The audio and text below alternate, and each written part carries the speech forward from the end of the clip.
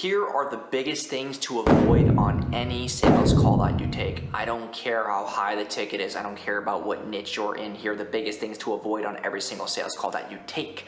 Make sure you guys like, comment, subscribe, follow the channel for daily content like this, and let's get right into today's video.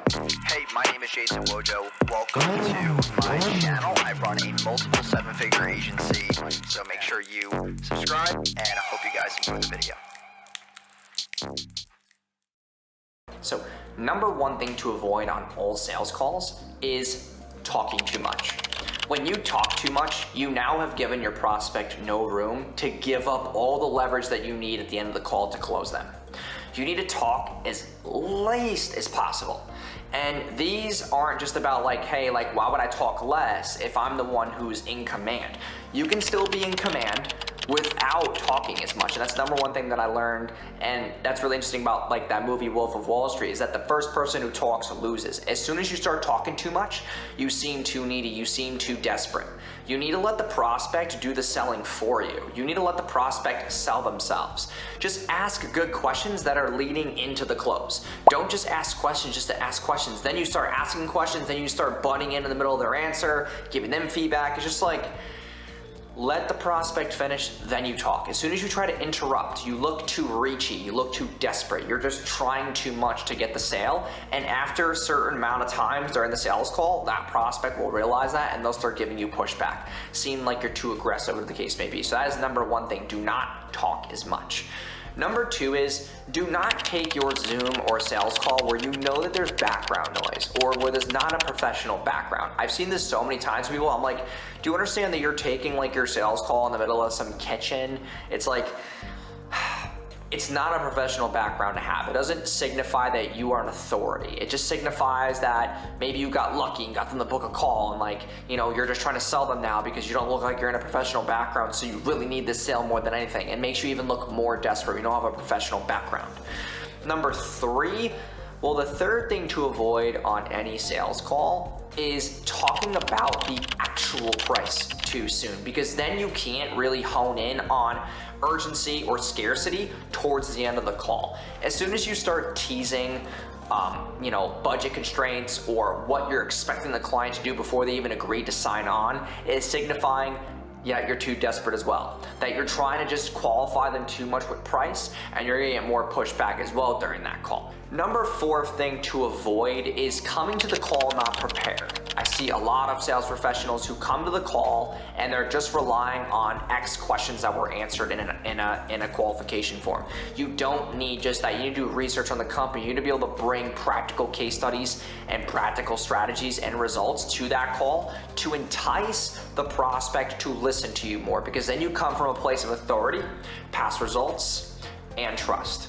And if you can't bring any prior research or any prior result to that sales call that's congruent to, to that prospect, then you're really gonna have a gap there. So for example, right, if I'm talking to a coach or consultant or service provider, let's say I'm talking to a cabinet company, right, a cabinet refurbishing company, and they're like, yeah, we do custom cabinets for kitchens, blah, blah, blah, blah, blah. Okay, well, that's cool. Like, how many more leads would you want a week? Well, we would want maybe 2 to 3 leads a week. Well, that's crazy because we just have a kitchen remodeler, not the same not the same service, but something similar. Like, hey, we just got a kitchen remodeler, and their ticket size is just about the same exact price point as yours, and we're getting them about 8 to 10 new leads a week, and we're paying about $40 a lead. Is that something that would really be exciting for you, or is that something that you can afford to pay X amount of leads if you got 10 qualified leads every single week? Is that something that you would say yes to?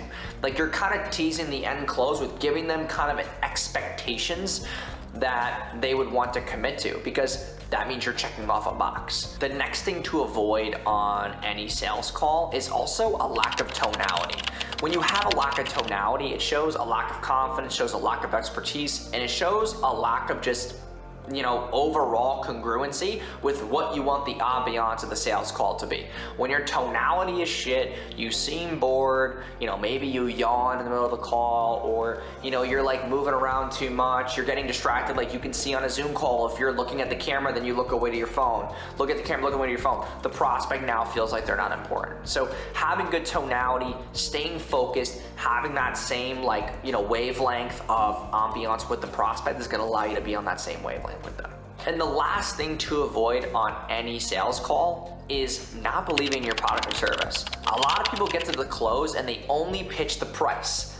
They should be pitching price, passion, and results, right? Because what they're getting, you need to understand that people might not have seen this price point before, or they've never signed up with a company like yours before, or whatever the case may be. They need to know why this price point makes sense. Don't just go into it with price and bullet points. Go into it with price. Okay, well, at this amount a month, we would just need to book you 15 leads a month and you would make your money back, right? Well, as discussed before, we were able to get that company 8 to 10 a week, and that's about 32 to 40. So we're already almost at triple the expectations. And I'm not gonna guarantee you that. I'm just giving you simple expectations that you can expect if you're able to do these things for us. Get us the right content, communicate with us, make your onboarding process streamlined. Like, you're putting them now in the place where it's like, hey, we don't need you, we need you to step up to the plate. So now you're kind of transferring the sales call to them to see if they can keep up with you. It's not so much of a defensive mechanism of okay, I have to play within the cards of you.